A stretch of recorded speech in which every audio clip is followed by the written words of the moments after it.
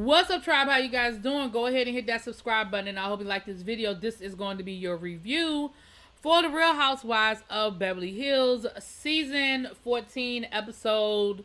What episode are we? Season 12, episode 13. So we start this episode off. We see that Lisa Rinna is inviting the ladies over for a wine tasting. We find out later on that she is releasing her own wine, Rinna Rosé and Rinna this and Rinna that. And we look like, it looks pretty, we'll get there at the end of the episode, but it looks pretty legit as far as, looks like she really brought in like people who know what they're doing, and looks like Harry's involved and all of that stuff. So, okay, whatever. But by the time I get to the end of this episode, I'm so over Lisa Rinna. Like, when I tell y'all I'm sick of her and I'm tired of her and she is full of shit. And, you know, I'm sorry you were mourning the death of your mother. I thank God I've never had to go through that. So I'm not going to discount that, you know, maybe some of your bad behavior is due to grief. But let's be clear. Lisa Rinna has been a nasty, nasty woman for a long time. When Lois was still alive, Lisa Rinna was pulling these motherfucking stunts, okay? So I'm be honest with y'all. I'm over it. I'm sick of her and I'm over it. But we'll get to her later. Moving on. So then we have this moment with Sutton and her kids, and the only thing I can deduce from this scene is that they needed 5 more minutes of footage from something. It was nice to see, you know, Sutton with her kids, because we have not seen her children up until this point. I believe her ex-husband didn't want them to film or what have you, and maybe that was part of their agreement. But her daughter is 17, her son is 18, so maybe, you know, they can make their own decisions at this point. But it was nice to see them, and that's cool. We found out that her son is getting ready to start school at the Citadel. He wanted to go into the military because, you know, he felt like his life was a little too privileged. So she showed him what privilege looks like and sent his ass down to Georgia to go work hard, get up in the morning, you know, work in that hot sun. And he came back and was like, all right, I don't want to go to the Army no more. I want to go to college. She was like, and checkmate. See, that's parenting. I ain't mad at you, Sutton. You said, oh, life is too easy here in Beverly Hills. Okay, cool. Let me show you what life is going to look like for everybody. And that doesn't mean that going to the military is a bad decision. It just wasn't what she wanted for her son, okay? Let's be clear. Ain't nothing wrong with going into the military. It just ain't what she wanted for her son. At least not for the reasons that he said. You talking about you going to the military because life is too easy. Oh, I could fix that. Moving on. So then we see where Garcelle goes to lunch with Dorit. And basically, you know, they talk about the fact that her and Dorit have gotten past their issues. They talk about her book, and she was saying how she had to get through some things and how some of the stuff in the book is going to probably shock some people. We know she told her Bill Cosby story. We know that she talked about posing for Playboy. We know that she talked about her relationships with ladies on the show and different things she's been through, because the book out now, child. And then her and Dorit talked about Erica and the drinking. And, you know, Garcelle was like, listen, I'm all here for cutting slack, but what Erica got going on is a little extra. It's a little too much. And, you know, as her friends, I just feel like we need to be a little cautious.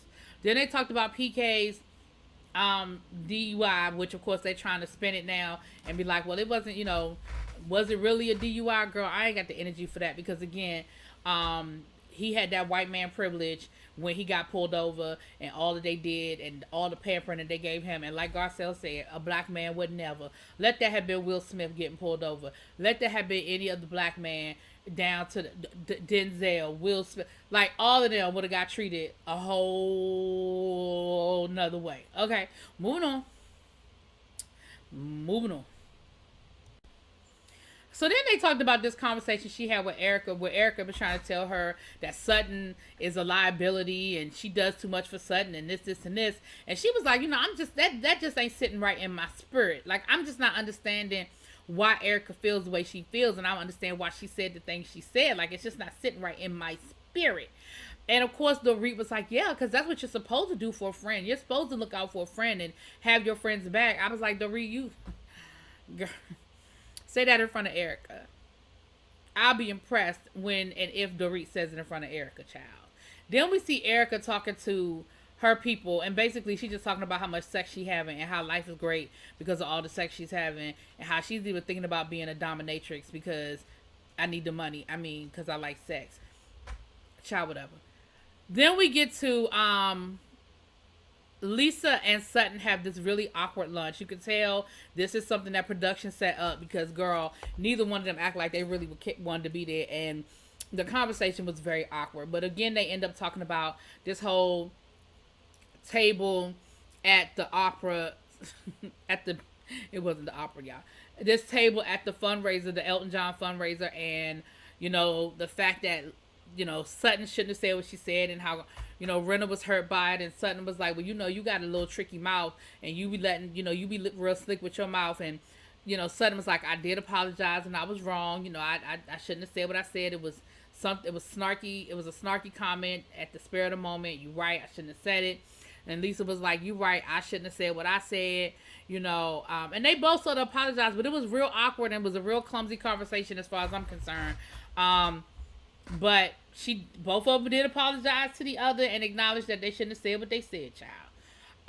But again, it just was real awkward as far as I was concerned. So, so then we get ready for the wine tasting event. Now, Diana is not there because she in quarantine. And Kyle is not there because she's in quarantine. Both of them, I don't know if they had it or they just had to be in quarantine because they've been exposed to it or whatever the situation. I feel like they must have had it. I don't know. But again, they're not there. So we're on our way to the event. And we found out Kyle got a new dog, child. I don't care. The puppy cute, though. But, Kyle, I'm going to need you to control them dogs you already have. Because I ain't forgot that your dog was eating off of people's plate down to the desert and all that stuff. I ain't forgot about that. So, anyway, the puppy cute and all. His name's Smokey. But I just feel like you need to control what you have before you add more to the bunch. But that ain't my business. Everybody gets to the event, Harry is Harry. Why do they have to call that man by his whole name? Why they can't just say, hey, Harry? Why does it have to be Harry Hamlin? Harry Hamlin. Harry Hamlin. Why does it have to be that? I mean, I know Lisa does it, but just because Lisa does it don't mean they gotta do it. Because if I ever, what's up, Harry? Harry Hamlin. Anyway, they're setting everything up. It looks nice, all that good stuff. Poor Lisa they have to do all their yard work and things themselves because everybody is sick. Everybody has has the COVID and they can't show up. Whatever, child. So they have the wine tasting. They make a little small talk until everybody gets there. And then they have the wine tasting, which of course everybody ends up getting drunk. Listen, when you go to a wine tasting, you are not supposed to drink it. You're supposed to taste it and spit it out. Most of us don't do that, okay? Most of us swallow it and we go on to the next bottle and we swallow it, we go to the next. And then by the end of the wine tasting, you good and tipsy and you having a good time. But if you are like really seriously, like if that's what you do, that's your job, you really serious about tasting this wine, we know that. But neither here nor there, child. They got to tasting the wine. And what ended up happening, everybody ass was drunk. Tipsy, drunk, whatever. So Garcelle decides that she gonna pull Erica aside to have the conversation about Sutton. Because she said, that thing just ain't sit right in my spirit. Like, I just felt some kind of way. No, whoa. Really be. Put a pin in all of that. Rewind. They had this whole conversation about Crystal and her eating disorder before they started tasting the wine. Now, let me say this. They were talking about how Crystal is throwing up every day, how she's binging, how she ain't never been in therapy, how she needs to go into therapy, and why she ain't been in therapy. And I feel like they justified it because they were like, well, I mean, she's posting it on Instagram and she's talking about it, which that's true. And so on that one, I'm going to say that's true. Now, Sutton's thing was, I'm real uncomfortable having these kind of conversations about people when they're not here to have a conversation. And I'm with you on that one, Sutton. I think some things are really, really serious and they should not be taken flippantly. Because that's just serious. And y'all talking about she binging every day? That is serious. That's very, very serious. So they talked about that, and then Erica also explained to them why she been acting crazy off the liquor, why she's drinking the liquor, okay? Erica ass was drinking again this time after explaining that she shouldn't be drinking and taking the medicine, but she was mixing it, and that was the problem. Child, bye. Moving on. Now let's get to the taste tester, child. So after they did the taste testing, Garcelle pulls Erica aside to have the conversation about Sutton. She said, listen, after I got home and I thought about what you said, I felt some kind of way. Like, why do you feel like Sutton is a liability? Why do you feel like Sutton is a noose around my neck? You know, and she said, well, because you always have to save her. Like, she does these things, she gets herself in these predicaments, and then you have to come along and save her. And she was like, yeah, but that's what a friend would do. Like, I would do that for anybody. And she was like, well, you wouldn't do it for me. Like, I feel like even though I've tried to explain to you everything and I've talked to you about everything, you still don't believe everything I have to say. And Garcelle was like, well, I mean, you're right. Like, I mean, you're right. I don't believe everything. Like, there's still some stuff that I just don't sit right in my spirit. Listen, Garcelle, we all feel the same way. Everybody know Erica Ass ain't telling the truth about everything. And whether they admit it or not, whether they go sit there and admit that that's true or not, but we all know that everybody don't know everything. I mean, ain't telling the truth about everything. Neither here nor there. So Garcelle says, well, can we bring Sutton into this conversation? And Erica said no. She was like, why? Like, she's right there. Why we can't just sit down? She said, why? For what purpose? What would it change? What would it mean? She said, well, she might be able to change your mind about how you feel. And so, see, here's the thing I feel about some people. Although I do feel like Sutton is right there, like y'all could have had the conversation. But I understand where Erica's coming from because I feel the way I feel. This isn't about her changing my mind. This is about me feeling like your friendship with her is hurtful to your relationship with other people. Because that's really what she was saying. What she was saying was your friendship with Sutton is hurtful to your relationship with the rest of the group. That's what she was low-key saying. Let's go on and call a spade, okay? Cut through the minutia. That's what she was saying. And so, Sutton coming over here ain't gonna change my mind.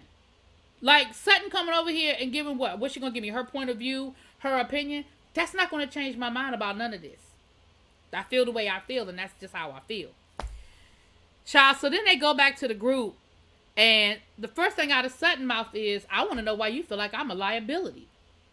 And to Erica's credit, Erica told her, well, because, you know, I feel like, you know, she always got to save you. And you do these things and put her in a bad position where she has to save you.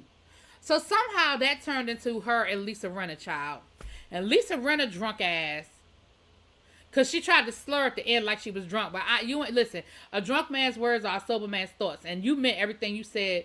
But the problem was you had just had that whole conversation with Sutton where y'all apologized to each other. And now here you go again, bringing up the situation with the Elton John charity.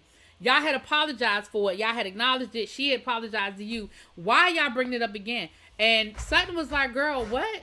She said, she said, see, this is what I'm talking about, Lisa. We just had this conversation, and I apologized to you, and you apologized to me, and I'm not. She said, "See, you just putting on. Oh, you think I'm putting on for the camera? Yeah, you are, because y'all just had a whole conversation about this. Oh, well, I'm not putting on for the camera. I don't know what you're talking about. I'm not putting on for the camera. You think I'm putting on for the camera? I just said you were. I just said that I think you are, because you are." And then she starts talking about, you hurt me, you hurt Harry. And then somehow they got off on the kids. And you come for me and my kids, I'm coming for you. It was really weird. Like, everybody was just sitting there like, Lisa, Dorit, Sheree, even Garcelle was like, what the fuck is going on? Like, what are we doing here? Like, what how did we... In the words of Deborah Cox, how did we get here? But Lisa was absolutely creating a moment and giving us a scene. And she was crude and she was nasty. And she was talking to Sutton like Sutton was a piece of shit off the bottom of her shoe. And I didn't like it and I didn't appreciate it. And by the end of this episode, I'm so sick of Lisa Rinna and I'm over her with her nastiness and her rude behavior, writing it off as, I'm just being honest. I'm just being honest. I'm so sick of people making the excuse of being rude under the guise of, I'm just keeping it real. I'm just being honest. Keeping it real and being honest does not mean you have to be rude to somebody. It does not mean you have to be nasty to somebody. Okay? That is not an excuse for bad behavior. And I'm sick of Lisa Rinna and I'm over her ass. And I'm so sick of her. Let me stop. Moving on. That was it. Y'all let me know what y'all think. I'll talk to y'all later. Peace.